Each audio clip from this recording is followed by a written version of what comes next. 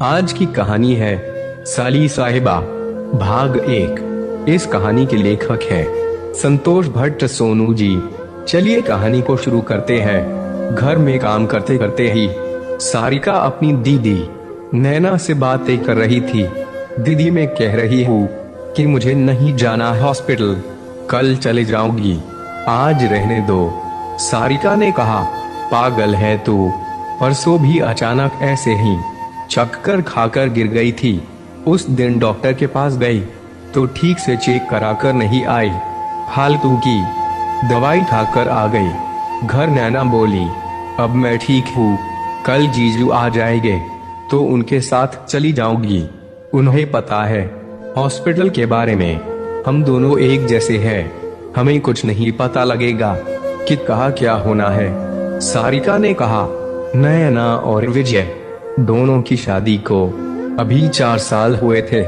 उनकी एक छोटी सी बच्ची भी थी और उनके साथ रहती थी नैना की बहन, जिसकी उम्र अभी करीब 20 बरस की थी। मम्मी पापा के पास रहकर दूर जाकर कॉलेज नहीं कर पा रही थी तो नैना अपने साथ ले आई। नैना के साथ रहकर कॉलेज भी कर रही थी। इसी बहाने नैना की हेल्प भी हो जाती अपनी बच्ची को संभालने में, और घर में हंसी मजाक का माहौल भी बना रहता था। विजय एक प्राइवेट कंपनी में जॉब करता था। साली के साथ अच्छी खासी बनती थी। उसकी हंसी मजाक के साथ साथ कभी कभी नैना को चिढ़ाने के लिए बोल दिया करता था कि सारिका बड़ी लड़की तो तुमने होना चाहिए थे, ये नैना ने छोटा होना चाहिए था। पर ये सब मजाक होता था। ये बात सारिका और नैना दोनों जानते थे। नैना जानती थी कि सारिका उनके लिए पूजा के जैसी है, जैसी उनकी बहन पूजा थी। लेकिन पूजा तो पढ़ने लिखने चली गई विदेश। कहती थी, भैया मैं जब वहाँ जॉब पर लग जाऊंगी तो आपको भी वही बुला लूंगी।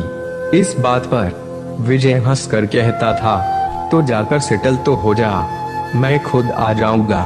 वैसे भी यहाँ रहकर जिंदगी भर नौकरी करने से अच्छा ही है कि विदेश में जाकर 10-15 साल में पैसे इकट्ठा करके आओ भारत, और वहाँ भी एक कोठी बनाकर रूम रेट पर दे आओ। यहाँ आकर आराम से उन लोगों से रेट लेकर ऐश करो। बस इतनी नहीं फेंकते। इंडिया में तो कमरा लिया नहीं जा रहा, विदेश में कोठी लेने के सपने देख रहे हो। पूजा ने कहते हुए विजय की बोलती बंद कर दी थी। उस दिन आज सुबह से सारिका के पेट में अजीब सा हो रहा था। एक अजीब सा दर्द था, बेचैनी सी थी, और ये बात वो छिपा रही थी, मगर चक्कर से गिर पड़ी जिसे छिपाना मुश्किल था। कुछ दिन पहले विजय भी हॉस्पिटल दिखा कर लाया था। 2-3 दिन ठीक रही तो आज फिर उसे चक्कर आ गया, और इस बार विजय घर पर नहीं था। नैना जिद कर रही थी हॉस्पिटल चलने की, मगर सारिका बात टाल रही थी। उसका बिल्कुल विचार नहीं था हॉस्पिटल जाने का। मैंने दिन के लिए रोटी पका ली है, अब मैं तेरी बात नहीं सुन रही। मैंने खुद के लिए भी डॉक्टर से कुछ पूछने जाना ही था, आज नहीं तो कल जाती। तेरी तबीयत ठीक नहीं तो हम आज ही जाएंगे, नैना ने कहा। लेकिन चुटकी को कौन देखेगा, वो कैसे रहेगी? घर में बोल रही हूँ कि कल जीजाजी छुट्टी कर लेंगे, फिर दिखा आएंगे, हम अभी जरूरी थोड़ी है। सारिका ने कहा, पागल है तू, हर तीसरे दिन उनकी छुट्टी सरकारी नौकरी नहीं है, उनकी प्राइवेट है, नैना ने कहा। लेकिन चुटकी, सारिका बोली, चुटकी की चिंता मत कर, मैं कविता भाभी को दे आती हूँ। जब तू कॉलेज जाती है तो दिन भर उनके पास ही रहती है। चुटकी नैना के आगे सारिका की भल्ला कैसे चल जाती। आखिरकार उसे दीदी के साथ हॉस्पिटल जाना ही पड़ा। हॉस्पिटल में लाइन पर लगकर पर्ची कटवाई और नंबर का इंतजार किया। जब उनका नंबर आया तो दोनों अंदर डॉक्टर के कमरे में गए। लक्षण सुनने के बाद डॉक्टर ने अल्ट्रासाउंड लिख दिया और अल्ट्रासाउंड के रूम पर भेज दिया। थोड़ी देर में अल्ट्रासाउंड की रिपोर्ट लेकर वापस दोनों डॉक्टर के पास पहुंचे। डॉक्टर ने थोड़ी देर तक रिपोर्ट को ध्यान से देखा और कहा कोई टेंशन नहीं। फिर डॉक्टर ने नजर घुमाई और दोनों की तरफ देखते हुए नैना की तरफ देखते हुए कहा आपकी रिपोर्ट बिल्कुल ठीक आई है, अभी टेंशन वाली को बात नहीं है। तीसरे महीने में ऐसा अक्सर होता रहता है। एक हचलामतई उन्मारक, चक्कर आना, भूख नहीं लगना, ज्यादा मिर्च और खट्टा चटपटा खाना, खाने का मन करता है। ये क्या बोल रहे हो डॉक्टर साहब, मेरी नहीं सारिका की रिपोर्ट है वो, और ये महीना वह महीना ठीक से देखो ना। नैना बोली। सारिका के जैसे पसीने छूटने लगे, उसे कुछ समझ नहीं आया। डॉक्टर ने सारिका की तरफ देखा और कहा ये है सारिका। अरे हाँ, याद आया, इन्हीं को तो कहा था कि अल्ट्रासाउंड करवाओ।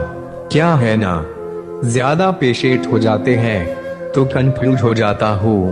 ऊपर से ये शादीशुदा जैसी लग भी नहीं रही थी। बधाई हो आपको, आप माँ बनने वाली है। सारिका का मुंह बिल्कुल मुरझा ही गया। वो इस बात से इनकार भी नहीं कर पा रही थी, क्योंकि उसे भी शक था कुछ ऐसा ही उसके साथ होने वाला है। इसलिए वो दीदी को आने से रोक रही थी।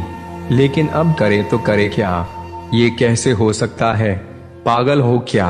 अभी तो मेरी शादी भी नहीं हुई है, कोई गलत रिपोर्ट तो नहीं लग गई? हाथ सारिका ने कहा। उसकी आवाज से लग रहा था कि वो झूठ बोलकर बात टाल रही है। उसके चेहरे की घबराहट और माथे पर पसीना जता रहा था कि वो कोई बात छिपा रही है। उसके दिल में जन्म ले रही भय की लहर उसके आंखों की नमी में झलक रही थी। नैना ने बिना कोई सवाल किए डॉक्टर के हाथ से पर्ची ली और सारिका का एक हाथ पकड़ा और बाहर की तरफ खींचते हुए ले गई। इसका भाग 2 उर्फ पार्ट 2 सुनने के लिए आप हमारे वीडियो में। अगर आपको कहानी पसंद आई हो तो वीडियो को लाइक और शेयर करें। साथ ही कमेंट में जरूर बताएं कि आपको हमारी कहानी कैसी लगी। दोस्तों, फिर मिलते हैं एक और मजेदार कहानी के साथ। तब तक आप हमारे चैनल की वीडियोज को देखकर अपना मन आनंदित महसूस कर सकते हैं। अगर आपके पास कोई विषय है तो आप कमेंट बॉक्स में उसका जिक्र या राय दे सकते हैं। हमें आपके राय का इंतजार रहेगा। धन्यवाद।